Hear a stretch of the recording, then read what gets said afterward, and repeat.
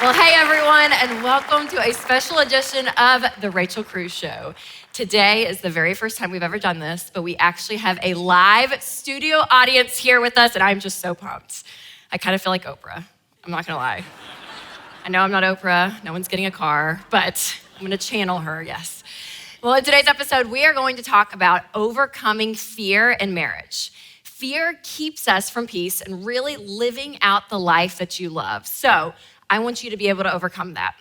I'm bringing on one of my favorite authors and speakers, Patsy Claremont. She is wonderful, and you are going to love her because she brings so much wisdom to this topic. We're also going to talk to a couple who just became debt-free, and they have such a powerful story. And then Patsy and I will be doing a live Q&A together to answer our live audience questions. Now, when I think about fear, personally, I really don't consider myself a very fearful person.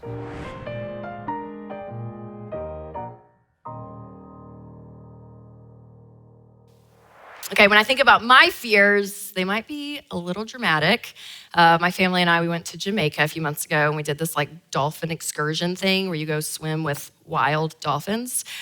And in the middle of this excursion, I'm swimming out in the middle of this cove, and I remember thinking to myself, oh wow, I'm about to have this wild animal come up behind me, and I'm supposed to grab its fin, it's gonna take me on this joy ride.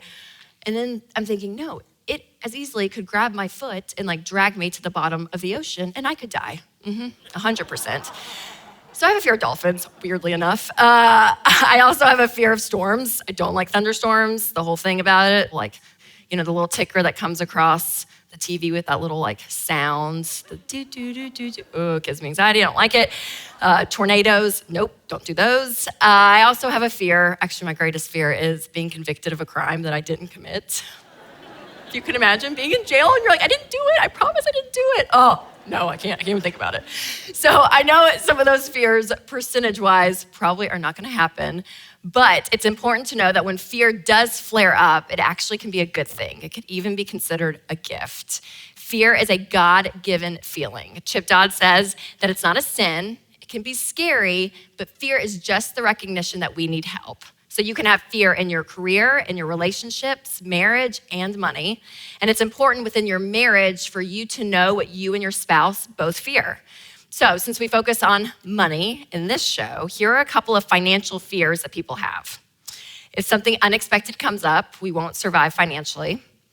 Time is running out, and I won't get to live like I'd hoped. I won't be able to get ahead because of how the world works. There's also the fear that because of my past financial mistakes, I'm not gonna be able to have a better future. And then also the fear that I will end up just like my parents. So those are some examples of fears that people have when it comes to money. Now, I've learned, again, that fear can be a good thing because it motivates us to put things in place in our life to help us. But when fear grows beyond protecting us to paralyzing us, that's when it turns into anxiety, and that's not what we want. Scripture is very clear not to be anxious about anything, and I take that as truth. So fear can actually be a good thing, but we have to deal with it in a healthy way. And just remember, one way to overcome fear, it is not just to be tougher, but it's to be vulnerable and to be known. And part of that is being known by your spouse. So coming up next is Patsy Claremont. I cannot wait for you guys to hear from her. She's been married 57 years and has so much wisdom when it comes to marriage. So please help me welcome Patsy Claremont.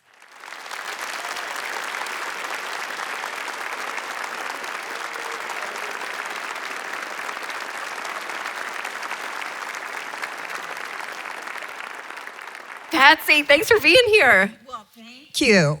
I think I don't fit.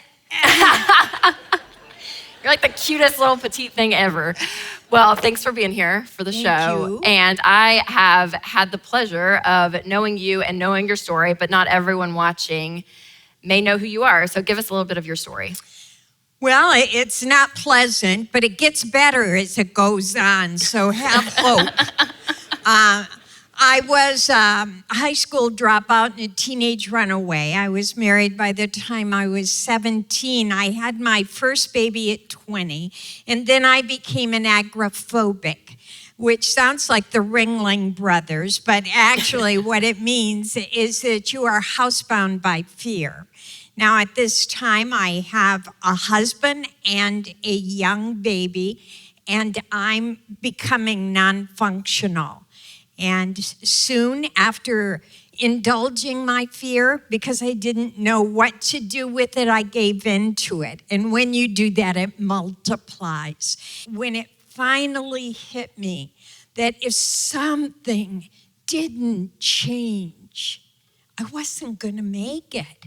There would be nothing else to do with me but lock me away. I had already withdrawn from society into my home, withdrawn in my home into my bed. And I wanted my poor dear husband to fix me. Just fix me. I want to be like you, but I was not meant to be like him. I was meant to be like Jesus. And he offers freedom. I said, dear Lord, I'm not going to make it if you don't do something. So here's the deal.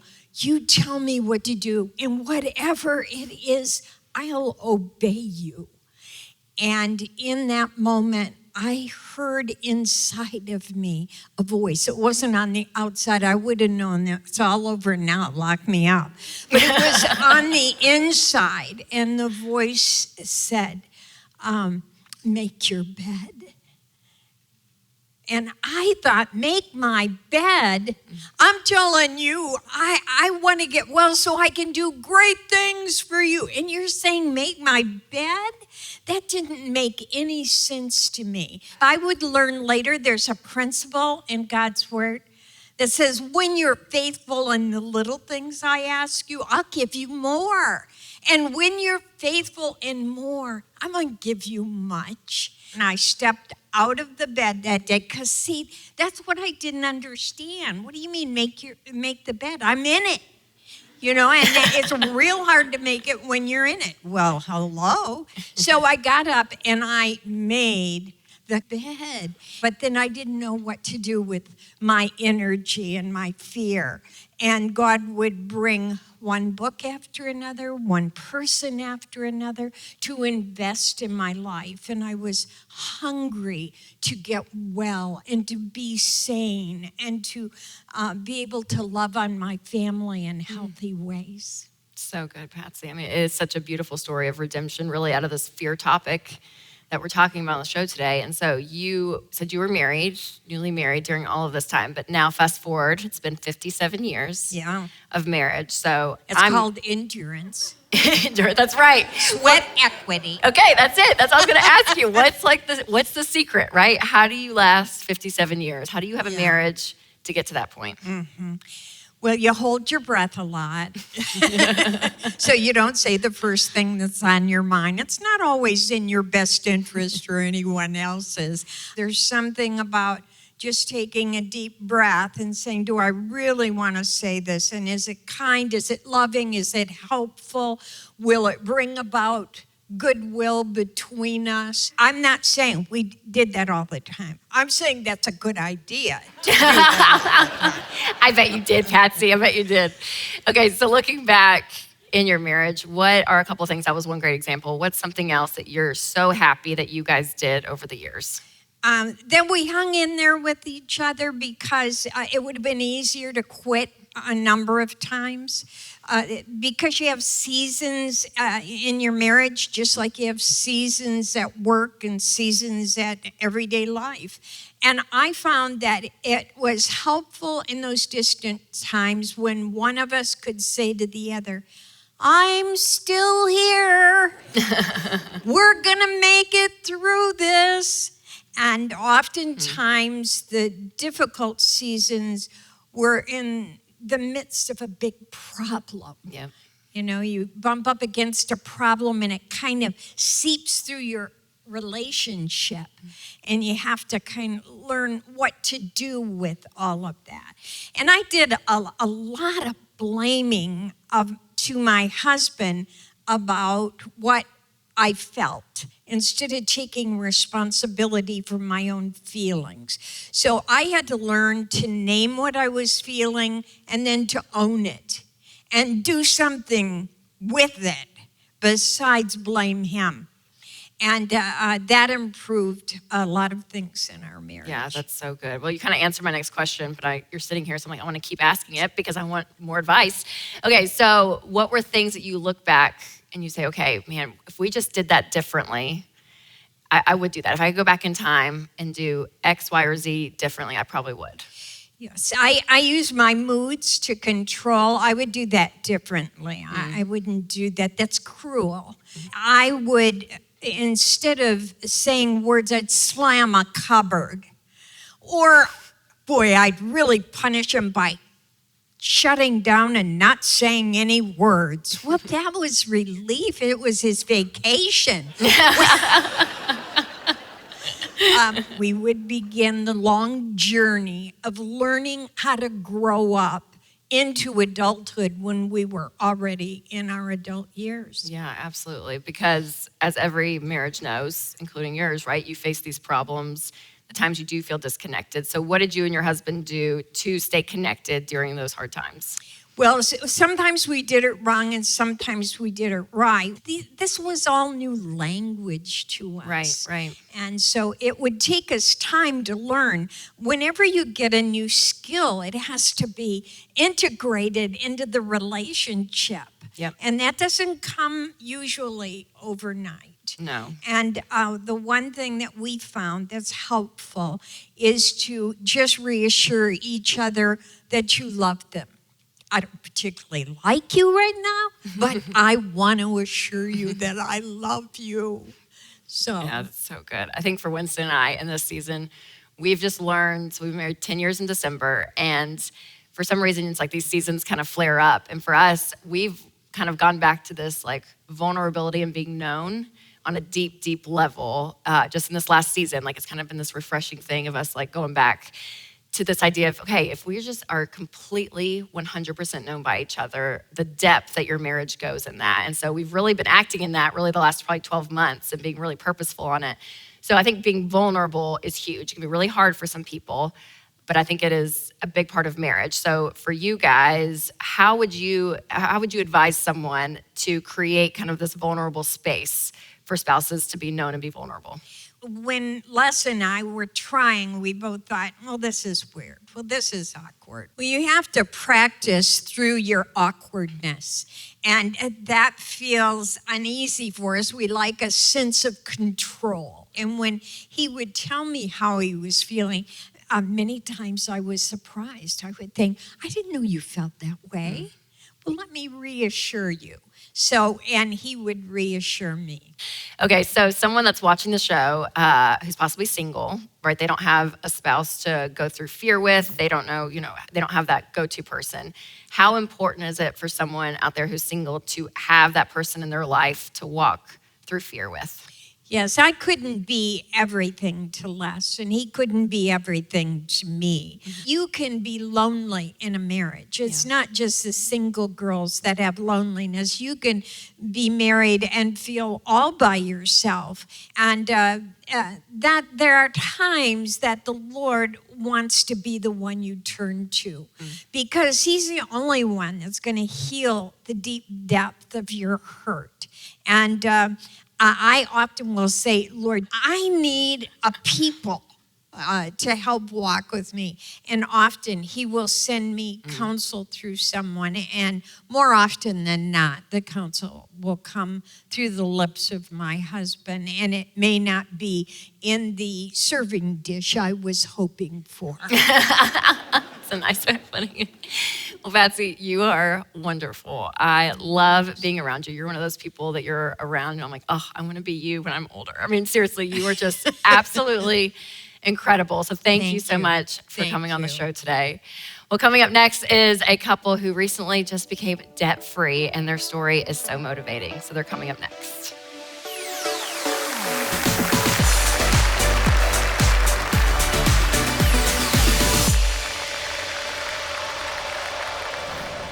As a mom, every day I take precautions to give my family peace of mind.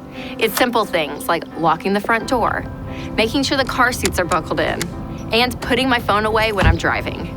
But we don't always think about the bigger things. Like, what if something happened to you or your spouse? That's why you need term life insurance. It makes sure your family's taken care of no matter what happens. I trust Zander Insurance. They keep my family protected, and that gives me such peace of mind. They make things super simple and find the best options and prices. To learn more, call Zander today or go to Zander.com. Make sure your family has the term life insurance they need.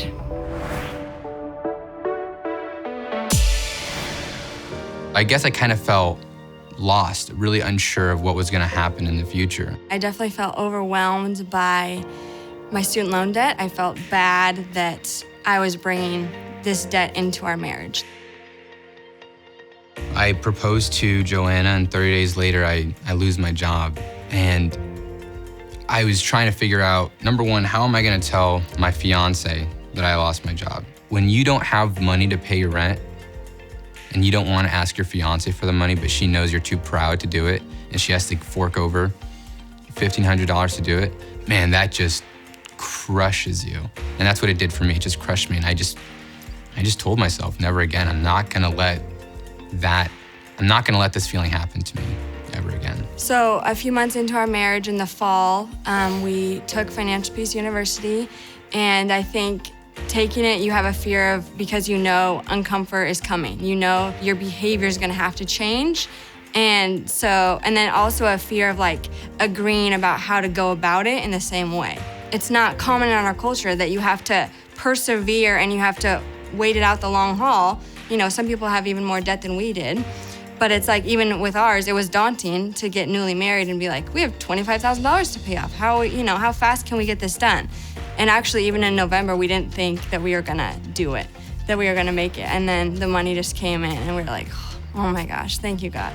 When we pressed that button, I knew that my wife was gonna cry, but man, I broke down. It was just like this weight was lifted off of our shoulders. It's like you worked so hard for something and it came to reality because of no one else but you. It feels like so freeing. Like, I love that it's called Financial Peace University because it brings financial peace to you that nothing else can. And we both talked about how after we paid off the $25,000, it was like this switch just like flipped on in our heads. Now we're thinking, if we can do this, if we can achieve this, what else could we possibly do?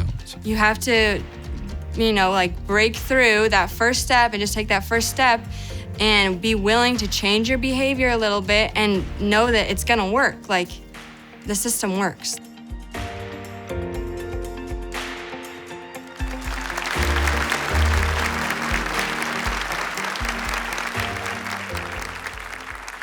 Well, Joanna and John Andre, thank you guys so much for being here. And we had fun because you guys were in the office just yesterday to do your debt-free scream. And I did it with you guys. Yeah. It was groundbreaking. Was that fun? Yeah, it was so blast. fun. Good. That's so great. Well, I'm glad you guys came on the Rachel Cruze Show to share your story because I love it. You guys are like the textbook way to do this money stuff. You did it so well. And so take me back to when you guys were newly engaged and you were in debt. Yeah. So I proposed to my wife, and 30 days later after proposing, I lost my job. And I'm thinking to myself, I just asked her father, can I please take your daughter's hand in marriage? And 30 days later, I have no way of supporting her. For so long, he had been talking to me about FPU, Dave Ramsey, right? And to my father-in-law, Dave Ramsey is like the 13th disciple, right? And I never really thought about it, but as soon as the rubber hit the road, I knew that I had to make a change. I knew that I at least had to look into this FPU thing, look into this whole Dave Ramsey person. And at that point, that's kind of where it kind of sparked for me. Okay, yeah. And that's a scary place to be, right? Of Totally. losing your job and all of that, because how you grew up, both of you, in separate households, how money was dealt with, I'm sure was probably different. That's how most couples are. So what was life around money growing up in your household? For me, my parents struggled until they started doing Dave Ramsey. And in 2004, they became completely debt-free and still are to this day, obviously. Yeah. And my dad teaches the Dave Ramsey classes and everything. So they're seeing their legacy and how they're able to live so freely, I think has really inspired us to want the same thing. Absolutely. So you grew up in a household where eventually it was like, okay, yeah, money's talked about. This is what we're doing. It's God in control. Yes. All of that. That's so great. How about you? Yeah, so mine was a little bit different. So I come from a divorce situation, which I'm sure a ton of people here can kind of relate to that. So each household was different. My mom is an immigrant woman, so she was the only person bringing income into our household. So she would work all day, 2-3 jobs. And on the flip side, my father's house, him and my stepmom, they have always had debt, right? Ever since I can remember. So for me, I kind of knew that even though I appreciated both households, I wanted something different for me and my wife and our future children. Yeah, absolutely. Would you say that was a motivator for you guys, even as you're getting out of, the getting out of debt process? Absolutely. Yes. Yeah. So you guys paid off $25,000 Yes. in 18 months. Yes. That's so great. So what are some tips that you guys have as you're getting out of debt? Because we always talk about, earning extra money, doing whatever you can to throw as much money as possible at your debt to become debt-free as quickly as possible. What are some things that you guys did to get out of debt quickly? Well, we sold the second car that we had and went down to one car, so that saves us on gas and insurance, and he's able to take public transit to work, and then I use the car. And we just started, I worked 2 part-time jobs, and so one of those paychecks was going all to the debt, as well as he's in sales, so his commission checks were also going towards the debt. And we stopped eating out and just really watched where every dollar was going and really asked ourselves, do we want it or do we need this? Can this wait until we're debt-free? Yeah, it can, Delayed gratification, words that a lot of people don't know in today's culture, right? Yeah. I mean, so it's so impressive because I love that you guys started out, when you guys were talking about marriage and fear and money and all of this, like you guys hit the ground running, right? The month you said, okay, we said I do, this journey began. So for all you really knew in marriage was sacrificing to get out of debt when it comes to money. So what did it feel like when you finally made the last payments and you were free? You owed no money. It just felt like if we did this, what else could we possibly do? Like it flipped something in us, like a switch just turned on. Like we accomplished something that we thought at one point was impossible until we actually did it. So for us, it's just been a huge motivator. It's really brought us together more as a couple also. So there's someone probably watching at home and they're thinking, okay, that's great for that couple. I mean, they're both on board, it seemed like, of course they did it, that's awesome. And they're probably, thinking, okay, but in my life, I'm not gonna be able to do that. What encouragement would you give to someone who thinks that it is impossible, that they have $25,000 in debt and it is a mountain to them, and they think, I don't even know where to begin? I would say it doesn't matter if you have $5,000, $100,000 in debt. Debt is debt, and you're able to get out of that. My wife and I, we're people of faith, and I do not believe that our Heavenly Father wants anyone in bondage. That's exactly what debt is. It's in bondage. So when you think, I can't do this, I can't get out of this debt, there's no way that you can stop what God already has planned for your life. All you have to do is take that first step. Life is going to happen. Sometimes it's going to happen really, really hard, but you are always going to be stronger after it, right? Yeah. You guys, you're amazing. You really, really are. I mean, the amount of dedication and work and intentionality it takes, because we always say you can wonder your way into debt. You can't just wonder your way out. I mean, it takes focus and gazelle intensity, and you all did it, and you're free. No payments, nothing. I mean, could you guys imagine being their age, starting off marriage like that? You're like, I mean, it's absolutely incredible what you're doing, absolutely changing your family tree, and you're in the midst of it. And so I'm just so proud of you guys. I'm so excited, and thank you so much. Thank you so so much for much. coming on and sharing your story. You guys are awesome. Thank you. Well, I'm gonna bring Patsy back up on stage, and we're gonna answer some of our audience questions.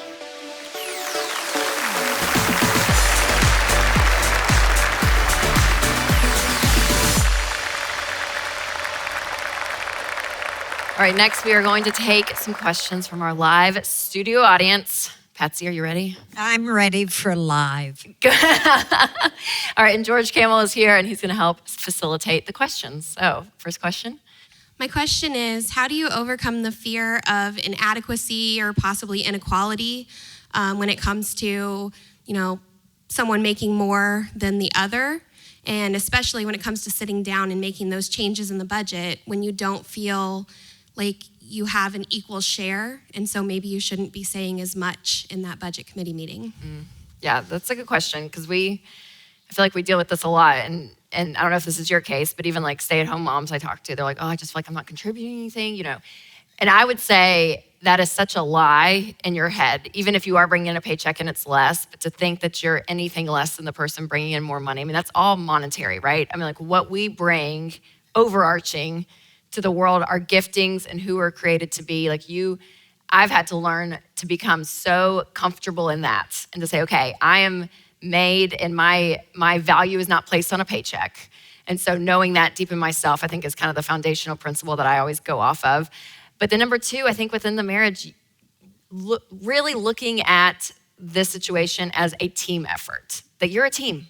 And so if one person's making more than the other, seeing that as a blessing where you're like, go, keep on doing that, right? I mean, make more if you want. That's great because we can pay off debt faster and all of it. But seeing it as a team, because when you're looking more as an individual running on two separate lanes, that's when those lies start to creep in. But when everything hits the checking account and you see, okay, this is what we made together.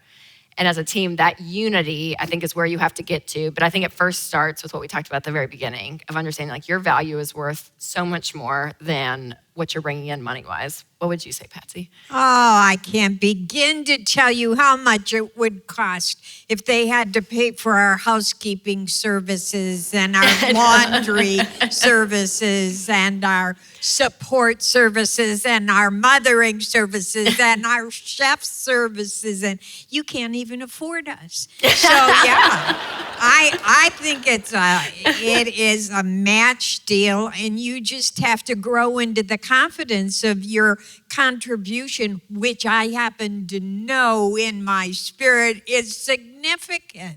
Mm-hmm. And I think, Amen. And there was a study with stay-at-home moms. I don't know if you are one, but apparently on average, that they would be worth close to $500,000 from like a chauffeur. Like they broke down everything that a mom does and the hours and all of it.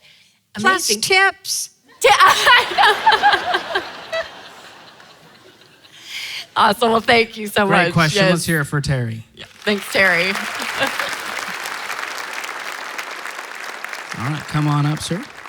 And your question. How do you plan for the unexpected, like losing a child with clinical depression or anxiety, and then deal with the bills that come in and you don't understand what they are charging you for, or if they understand your pain?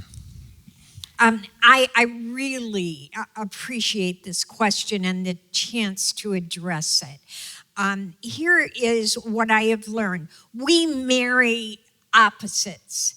So when we go through a great loss, we're going to respond to that loss in opposite ways. And then we're going to be at our most vulnerable points. And here our spouse is behaving so differently than us that we misunderstand very often that they're carrying the same level of pain and grief that we are. So you can really get in opposites unless you're equipped with an understanding we're going to walk this road differently, and we're going to need some assistance to come together in the healthiest ways we can when we're in the midst of our greatest pain. That's what I've seen and learned. Yeah, that's so good. And I think on the financial side, I always tell people not to make any big financial decisions while in grief. And so while grief can last a long time, but that first few months, even that first year, just to take time to heal yourselves and go to counseling and really work at that loss as healthy and as heartbreaking as it is, but getting yourselves whole is so key because you can make some really bad financial decisions in the midst of that. And so letting yourself heal, I think, is priority number one. And then number two, when it comes to the bills and not understanding, get a team around you and ask questions. We always talk about, even with investing, never to put your money in something that you don't understand. And the same would be true. I mean, you have to pay these medical bills, but you want to know what you're putting your money towards because the unknown becomes stressful and scary. So ask questions, get people around you to help you through that process. Thank you, Juan. Let's give it up for him. Come on up. My husband and I are on baby step 6, and we are expecting our first child. Oh, congratulations. And I'm wondering how to balance the fear that comes with all of the what ifs. What if we have a medical crisis? What if the child has disabilities that cost us a lot? How do we save an appropriate amount of money and make sure we are protected without sabotaging our other goals? Yeah, absolutely. I think there is a mental shift that happens when you do have money just saved. You know, there is a peace of mind that comes, okay, if something unexpected happens, we have the ability to go and fund that, right? And so at this point, I would say throughout the entire pregnancy, I would just save, even on baby step 6, just have a stockpile of money. And then if everything, labor and delivery goes well, baby's healthy, you're healthy, then you're able to take that and then apply that extra money to your goals and what you want. But I think also on the emotional side, and Patsy, you probably can speak to this really well, but there is,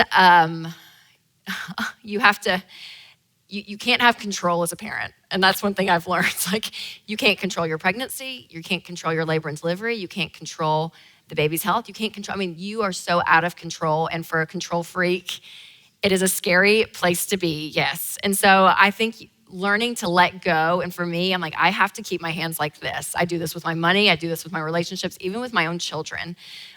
Because even what Juan just said, that's like my greatest fear truly in life. As we're talking about fear, I was joking earlier in the episode, but I can't even imagine how people lose a child. I'm like postpartum, obviously. Like it really does. That terrifies me. And so I've had to learn not to function in that fear and to say, okay, everything God has given me is a gift. At the end of the day, He loves us, and His plan for them is so much greater than what I can even imagine. And Scripture says to think on those things that are good and true and pure and just and lovely and of good report. So one thing I find that I can do for myself when the what if onlys hit me is to write some prayers of saying what I know is true.